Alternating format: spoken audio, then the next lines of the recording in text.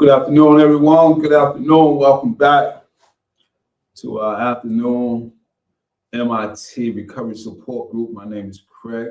I'm glad to be with you today to bring you some wonderful, educated information. This is not treatment, but this is some literature that I believe that can help us along our recovery journey. And today's article that I'm going to share with everyone is from, you can go online and retrieve it.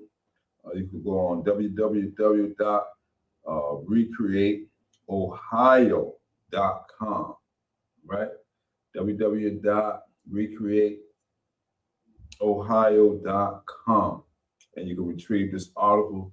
And so one of the title of this article that I would like to share, and that is Steps to Rebuild and Thrive, right? Once again, this is our MIT Recovery Support Group. So today we're going to be talking about steps to rebuild and thrive. Not only to rebuild, but thrive, all right? And so let's get right into it. Today's first topic of discussion, and that is life after addiction. How addiction treatment saves lives. All right, let's talk about it. Well, let's get into it. The reason I laugh because there is a podcast about some rappers, and they call the title or the name of their podcast Let's Rap About It. But let's talk about it. So the article starts off by saying, those living sober and in recovery from drug or alcohol addiction have chosen a lifestyle free from alcohol and drug abuse, right? And so when we say MIT, if you're watching this for the first time, you may be wondering, what is MIT? And so we came up with the title MIT, and we agreed upon it. It's Men in Training. Basically, this is a life skill, informative recovery support group that deals with how to help not only men, but women as well, help people rediscover themselves and to reshape their lives after the use of alcohol, drugs, and incarceration. And so this is a totality. And so you may hear something that deals with mental health within this recovery support group. And so we like to deal with all aspects of recovery. All right. And so once again, let's get back into it. So it starts us off by saying those living sober and recovery from drug or alcohol addiction have chosen a lifestyle free from alcohol and drug abuse. Each person's recovery journey is unique, and learning what a healthy lifestyle looks like will develop over time. Sobriety is a lifelong process that may start in treatment centers. However, the path forward to your new normal life after addiction is up to you, right? So that's a nice segue into this part of the article. Introduction to addiction recovery. Addiction recovery is a lifelong journey that goes far beyond simply quitting drugs or alcohol. It is about rebuilding your life, finding new meaning, and learning how to maintain sobriety through every stage of the recovery process. For those struggling with substance use disorders, as well as their loved ones, understanding what recovery truly involved is the first step toward lasting change. Recovery is not a one-time event, but a continuous process that requires dedication, support, and a willingness to grow. Support groups play a vital role in this journey, offering encouragement, accountability, and a sense of community, right? By connecting with others who understand your experiences, you can find strength and motivation to keep moving forward. The benefits of addiction recovery extend far beyond staying drug free. It's about creating a fulfilled life one where you can rediscover your passions, rebuild relationships, and develop healthy routines. With the right treatment and support, a new life is possible. And every step you take brings you closer to lasting recovery. Okay, Craig, I heard all of that. Now give me some substance with it. And so let's get into understanding addiction. All right. And so, in order for us to move forward, we have to get a clear understanding of exactly of the subject matter in which we're dealing with or talking about. This article says, addiction is a complex condition that affects every aspect of a person's life. It's characterized by the compulsive use of substances such as drugs or alcohol, despite the negative impact on health, relationships, and daily functioning. Substance use disorders can lead to serious consequences, including heart disease, mental health challenges, and even life-threatening situations. Many factors contribute to the development of addiction, including underlying mental health conditions, past trauma, and environmental influences. These underlying issues can make it difficult to break free from addictive behavior without professional help. So it's not all about just the getting rid of or treating the surface, or I don't want to say surface, but not just treating the drugs or alcohol. There's some underlying factors that this article make mention of, right, that we may want to deal with, right? Mental health, some trauma, some environmental influences. And so those things play a major role, I believe, when I go over and think back over my life, some of the things that I have witnessed or experienced. There is a lot of things that I had to realize. I try not to get too much into explaining much of the article because the article basically explains itself, but I like to place myself as in the mix of it because when I went through the treatment program, I had to learn because first I said, oh, well, the triggers, urges, and cravings, and the people, places, and things, and coping skill, dealing with drugs and alcohol. I think I'm doing pretty well. And then there were some things that I think I breezed over. I've heard of it. I probably went through some type of groups, recovery support group, and then I began to understand there's more to it that I need to work on. So we'll get to that in this article, and this article will give us a clear explanation or understanding. So let's move on. Effective treatment addresses not only the physical dependence on substance, but also the emotional and psychological factors that drive substance use. Understanding addiction is a disease, not a moral failing, can help reduce stigma and encourage individuals to seek the help they need. With the right support and treatment, recovery is possible, and individuals can reclaim their lives from the grip of addiction. All right, we got that out of the way. Let's move forward. Benefits of addiction treatment. I know a lot of people, when you mention that that word, addiction treatment, something about that word, it's almost to say it's frightening or scary in a sense, right? And so we need to get an understanding about why it's important about the benefits of addiction treatment. This article says seeking addiction treatment is a crucial step on the path to recovery. Professional treatment programs, whether outpatient or more intensive, provide the structure, guidance, and support needed to overcome addiction. Through individual therapy and other evidence-based approaches, individuals can address the root causes of their substance use and develop healthier coping strategies. All right. The benefits of addiction treatment are far-reaching. Not only does it improve mental and physical health, but it also helps mend broken relationships and restore a sense of purpose.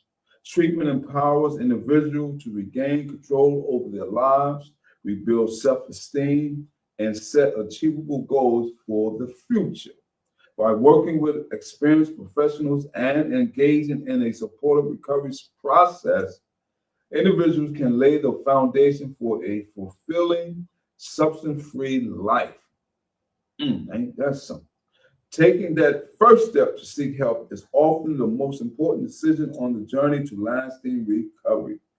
Taking that first step. I like the sound of that. All right, be willing to take the first step. Call those action steps. All right, and so now we want to share a little about therapy options. Therapy is a cornerstone of effective addiction treatment, offering a safe space to explore the thoughts, feelings, and behaviors that contribute to substance use. Working with a mental health professional, individuals can participate in a variety of therapeutic approaches tailored to their unique needs. Ooh, ooh, ooh, ooh. I really like that. Let me read that once more. It says, working with a mental health professional, individuals can participate in a variety of therapeutic approaches. Not just one, a variety, tailored to their unique needs. Individual therapy provides one-on-one support to address personal challenges and develop coping skills.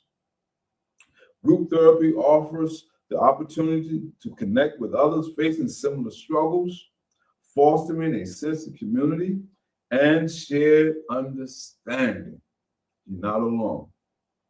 Family therapy helps repair and strengthen relationships, allowing family members to heal together and build a stronger support system. Evidence-based therapy, such as cognitive behavioral therapy, better known as CBT, motivational interviewing, right, and dialectical behavioral therapy.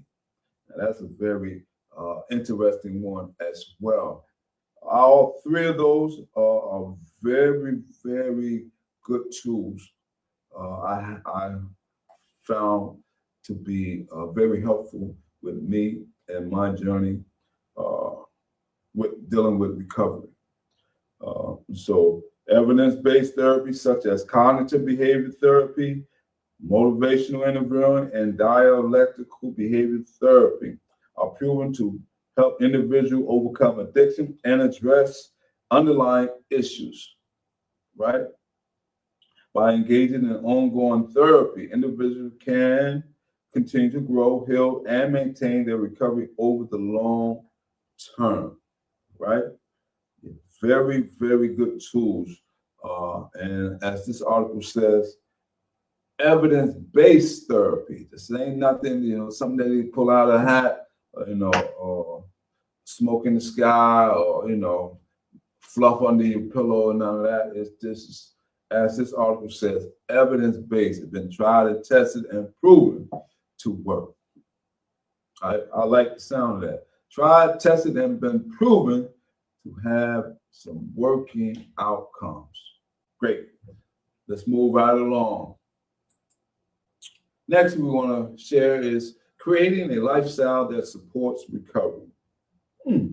All right. What that look like? Long-term recovery requires more than just stopping substance use. It requires creating a lifestyle that supports your sobriety. This includes developing healthy habits,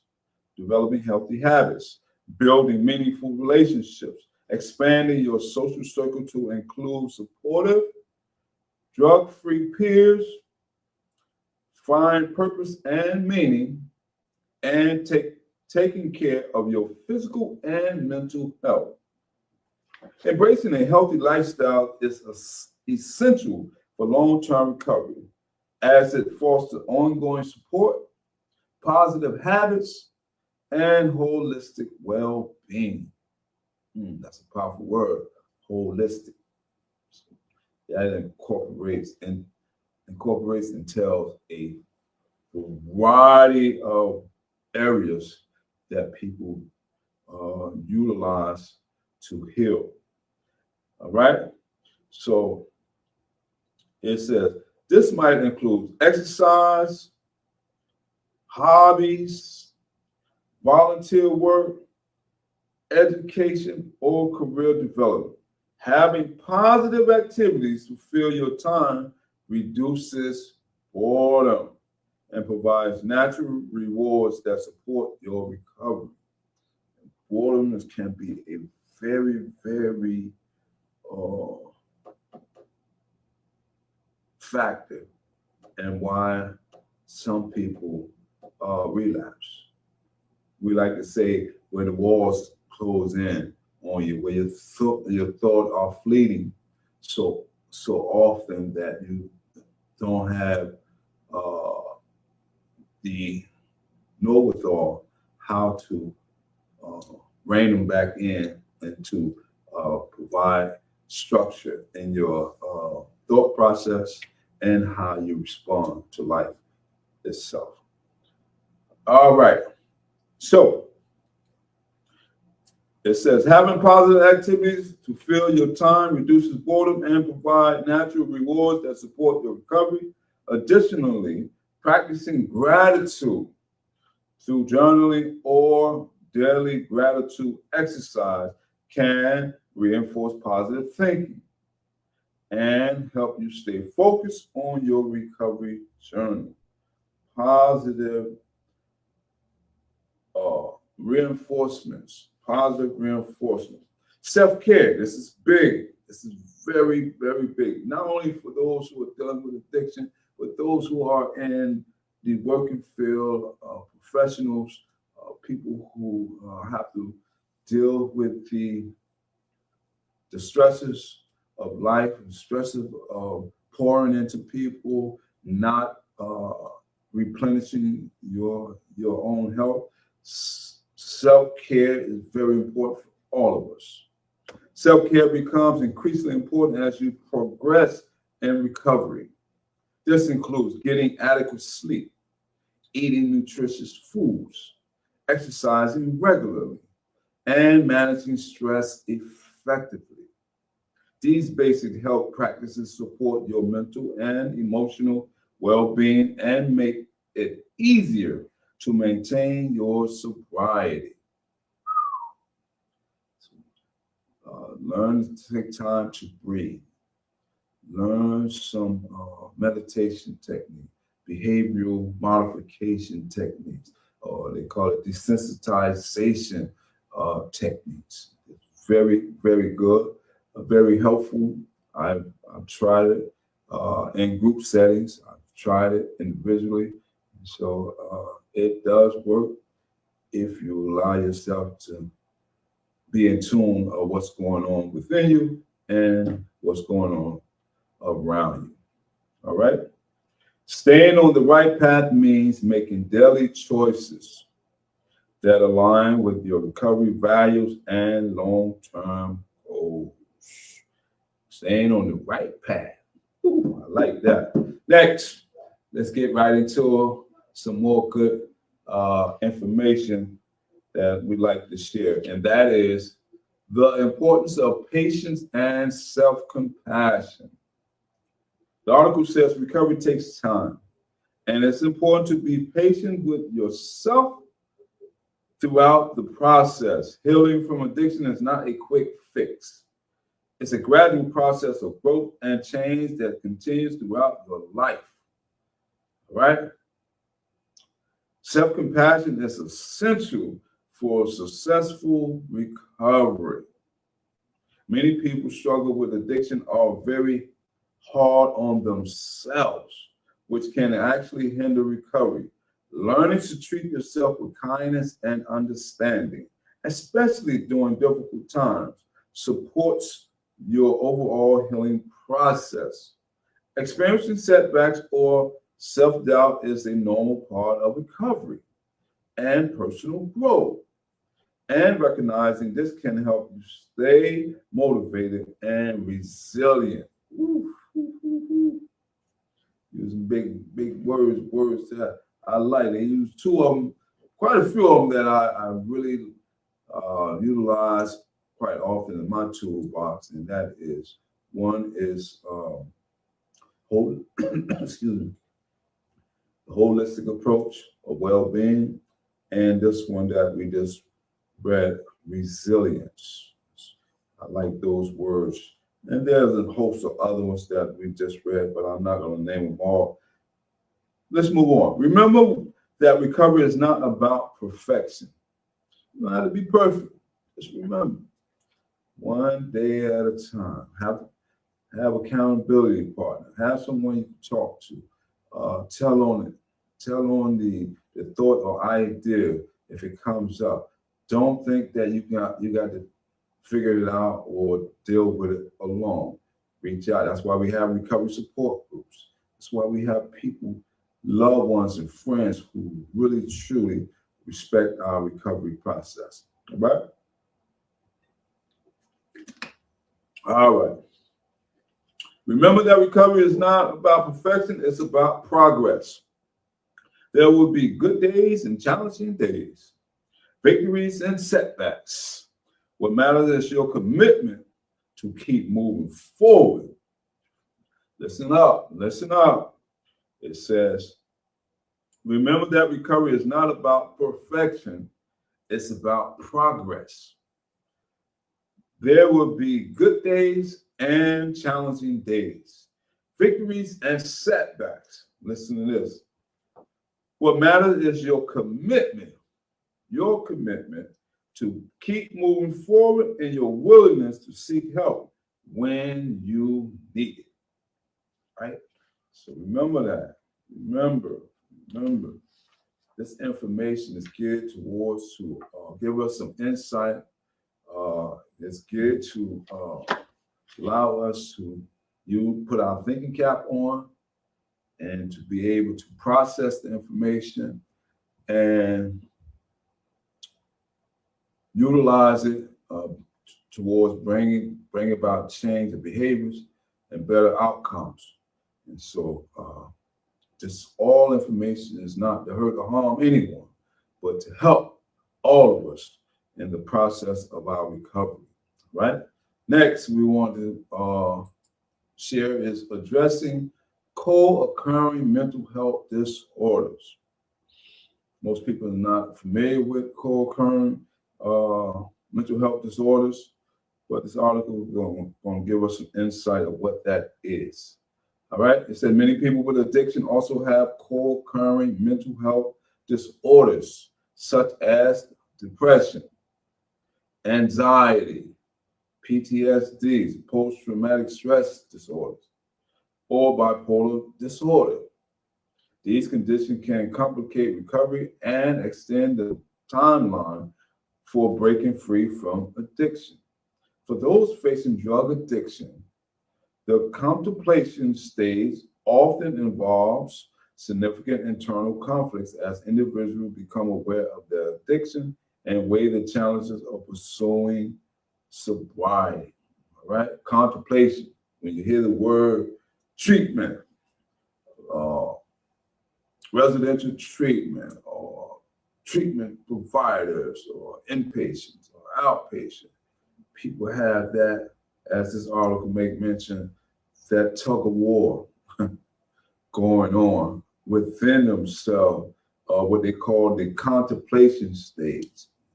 Thinking about it, but you're not ready to actually move from that stage of contemplation into stage of change or action state, right? But it's a thought. That's good. All right, let's see what the article says. It says, integrated treatment for dual diagnosis is essential for a successful recovery. Treating only the addiction while ignoring mental health issues often leads to relapse, while treating only mental health issues without addressing the addiction is equally ineffective. Our comprehensive approach addresses both conditions together. Individual counseling plays a crucial role in this process. Not just a role, but a crucial role in this process. Individual counseling, that is, helping patients explore underlying emotional issues, triggers, and behaviors related to addiction for a more holistic recovery. There go that word again. Research suggests that integrated treatment for co-occurring disorders leads to better outcomes and reduced relapse rates. The timeline for recovery when co-occurring disorders are present can be longer, but the outcomes are often more stable and lasting, right?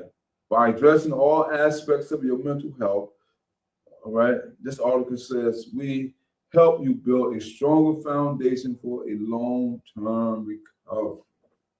So there are some integrated health, recovery, behavioral health, integrated behavioral health facilities that deals with not only just drugs and alcohol, but also the mental health disorders. All right. So that's good news. That's good news. That's not nothing to be afraid of. When I was coming up in my era,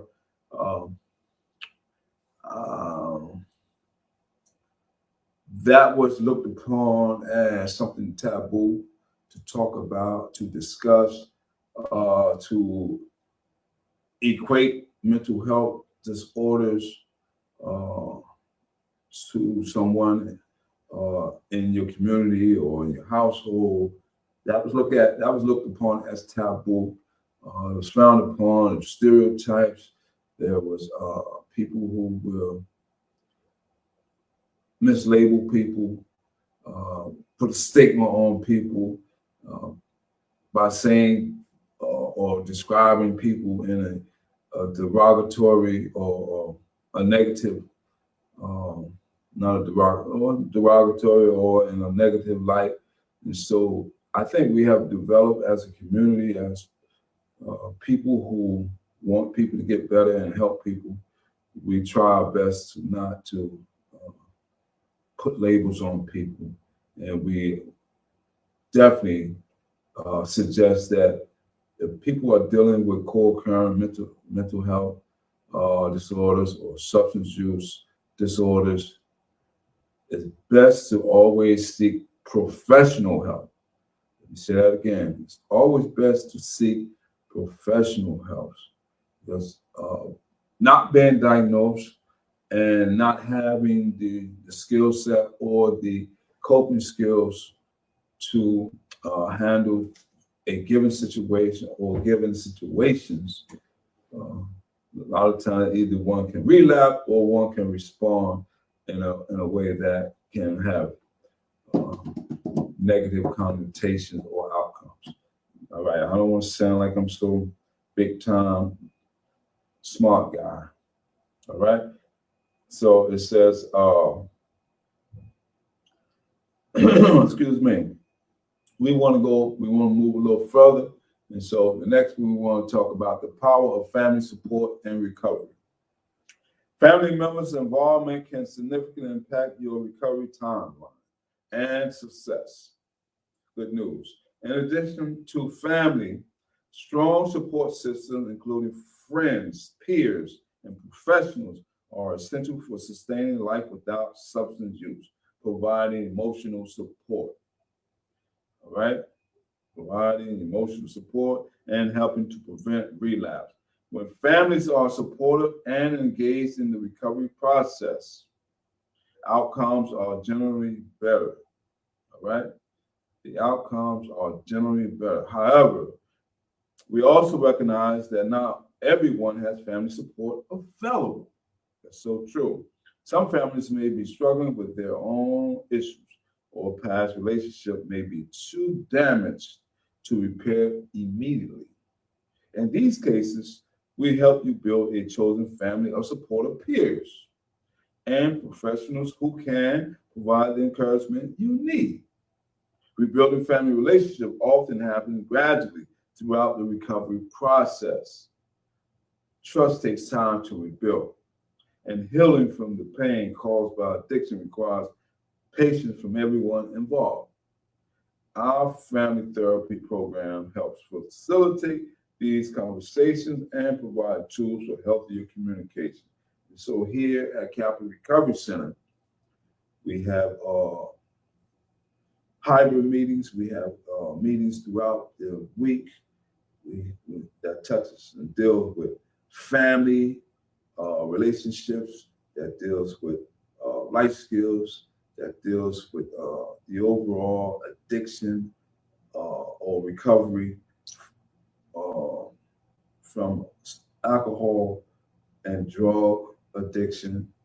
So we have NA, we have AA here, we have a group, a recovery support group called Coffee and Conversation.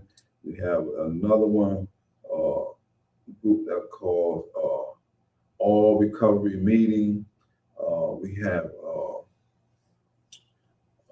our Gratitude Tuesdays meeting. We have on Friday, Freedom Friday, that deals with information dealing not only with substance abuse, but also as cognitive. So we have a family group, women's group here that help mothers, family members who have lost a loved one, how to heal, deal with grievance. And so there's a host of things that goes on here at Capital Recovery Center.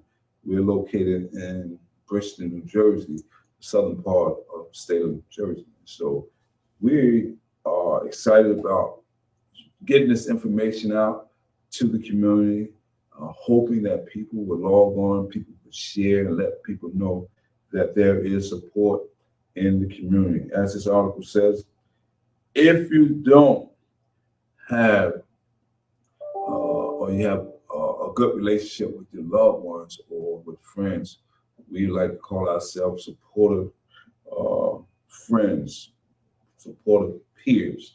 All right. So I am a peer. I'm someone who's in recovery as well. And so I have a good idea of what it's like to live a drug experience lifestyle. Whereas one would probably start out at my age, I started out at a very young age. And when I realized, I like to call it, when I stopped using, I was up in age. So I started when I was young, as an adolescent, and I got help when I was in my mid-30s, almost 40. And so I like to call it that I was sleepwalking.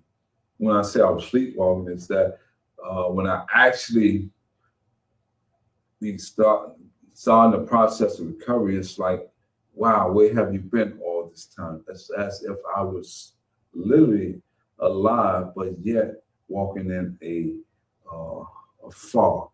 And so I like to say, man, I was sleepwalking for many years, but now I'm wide awake. I'm conscious. I am alert. I'm aware, and so that's what I want for you as well, to get to know that side of life, the good part of life, and start living. There's a whole lot of life to live, and I pray that if there is anyone who needs help, that they will reach out and get the necessary help they need, all right, or you need, all right? That's what I had to do. I had to reach out. You know, I'm gonna share this story, and I'm gonna get back to the article and read the last part. I remember when I was incarcerated, and I was on the tail end of my incarceration. I went to classification. They offered me a treatment program or workhouse, and I told the classification committee I'd rather go to a rehabilitation program instead of workhouse, because I want to become better leaving than I were when I came in. And so I went back. So they said, we're going to give you some days to think about it. I went back. I was telling some guys I knew for a long time, and I explained to them. I said, man, I'm thinking about, I told the classification committee I wanted to go to a rehabilitation program. They laughed. Oh, man, is you crazy? Blah, blah, blah. They laughed at, they thought it was really suckerish, like, man, why are you doing that? And I was like, wow. I said, well, even though they laughed and made a joke, I said, you know what? Let me give it a try. And if it don't work, it don't work. But I at least want to give it a try. And lo and behold, went back to classification committee. They granted, went to treatment. It was foreign to me. It was something, new. But I stayed with it. I didn't get in no altercation, no incident, anything like that. And I made it, successfully completed the program. And so now I'm here sharing more information. So it never stopped. And so that's the joy and beauty of it, that we get to share some information. And believe it or not, as I'm reading this stuff, I'm not rehashing, remembering a lot of information that when I was in therapeutic program, I'm remembering a lot of coping skills, a lot of terminology, a lot of exercises that I partaked in. We did individually, group. When it was talking about the cognitive aspect, when it was talking about the dialectical and motivational interviewing and all of that good stuff, the triggers, the cravings, the urges, positive reinforcement, all these wonderful tools that I live by today. And they are very useful tools. Trust me, if we ever get our opportunity to really grab hold of some structure, information and structural lifestyle, you will be successful. Trust me. That's all I want to share on that. This one I'm gonna close out after that, because I think I'm getting long-winded, and this is coping with cravings and triggers throughout recovery. All right. Cravings and triggers are normal parts of the recovery process that can occur at any point in your journey. Understanding how to cope with these experiences is essential for maintaining your sobriety long term. Effectively managing cravings and triggers reduces relapse risk and helps individuals avoid relapses. All right. It says, we teach you practical strategies for managing cravings and avoiding or handling triggers. Cravings, let's talk about it, tend to be most intense during the first few months of recovery, but can occur years later, especially during times of stress or when exposed to triggers. Let me read that again, because this is actually very valid. And this article says, cravings tend to be most intense during the first few months of recovery, but can occur years later, especially during times of stress or when exposed to triggers. The good news is that cravings are temporary. They always pass if you don't act on them. We teach you techniques like distraction, reaching out for support, and mindfulness to help you ride out these challenging moments. Identifying your personal triggers. This key right here. Identifying your personal triggers is an important part of recovery. Triggers can be people, places, situations, emotions, or even certain times of day. Once you know your triggers, listen up. Once you know your triggers, you can develop strategies to avoid them when possible or cope with them when avoidance isn't realistic. These strategies are crucial for staying sober and maintaining your recovery over the long term. Right? And so I don't want to I don't want to be gouged. And should I say that word? I don't want to leave without finishing the entire article. So today, I'm going to treat you to the last topic of discussion, and that is creating a new social life. I don't want to, give you a portion or give you the meat and potatoes and not give you the dessert. And here is the dessert of this literature here. It's creating a new social life. And it says, building a new social life is a crucial step in the recovery process. Surrounding yourself with positive influences and supportive people can make all the difference in maintaining sobriety and avoiding relapse. Attending support groups like Narcotics Anonymous provides a safe space to share experiences, gain encouragement, and develop healthy relationships with others who understand your journey. Exploring new hobbies and activities can help fill your time with purpose and joy, while also introducing you to new friends who support your recovery goals. Practicing self-care, such as deep breathing. Remember I talked about behavior modification exercises or desensitization.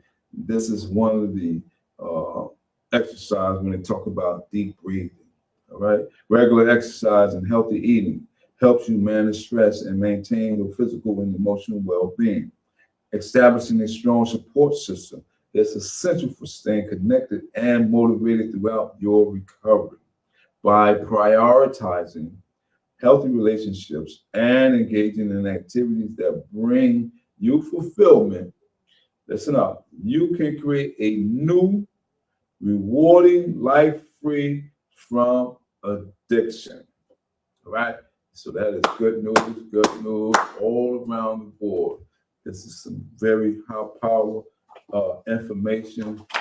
Please, if you don't do anything else, please go online, get this article, read it again for yourself, highlight it, pick out the parts that best describes to your experience or your lifestyle or your rebuilding process, and start putting this paper into practice. Until the next time, my name is Craig. I'm one of your recovery coaches here at Capital Recovery Center. I hope this has been very enlightening for those who may watch this or read it or listen to it. Please share it to someone who you feel may benefit from it. If they don't benefit from anything that I said, I hope this article would be some use, because they talked about evidence-based. And when it's evidence-based, it's been tried, tested, and proven to work. Take care of yourself, stay safe, love on somebody. Until the next time.